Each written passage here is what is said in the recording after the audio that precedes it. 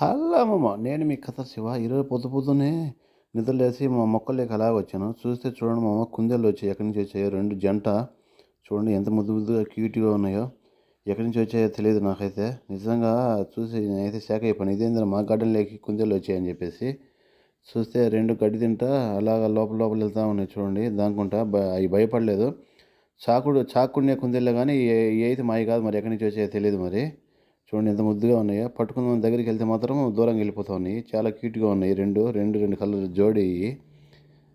తర్వాత ఏమో కొద్దిసేపటికి ఇంక లోనకెళ్ళిపోయి సర్లే అని చెప్పేసి నేను మళ్ళా ఇట్లొచ్చాను.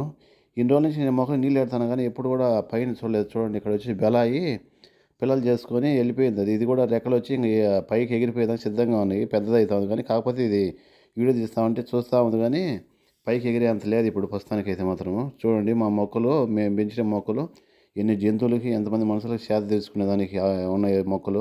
చాలా బాగా ఎదిగిపోయాయి మొక్కలు. వీడియో నచ్చితే లైక్ చేయండి, షేర్ చేయండి, సబ్స్క్రైబ్ చేసుకోవడం మర్చిపోవద్దు మామ. బాయ్.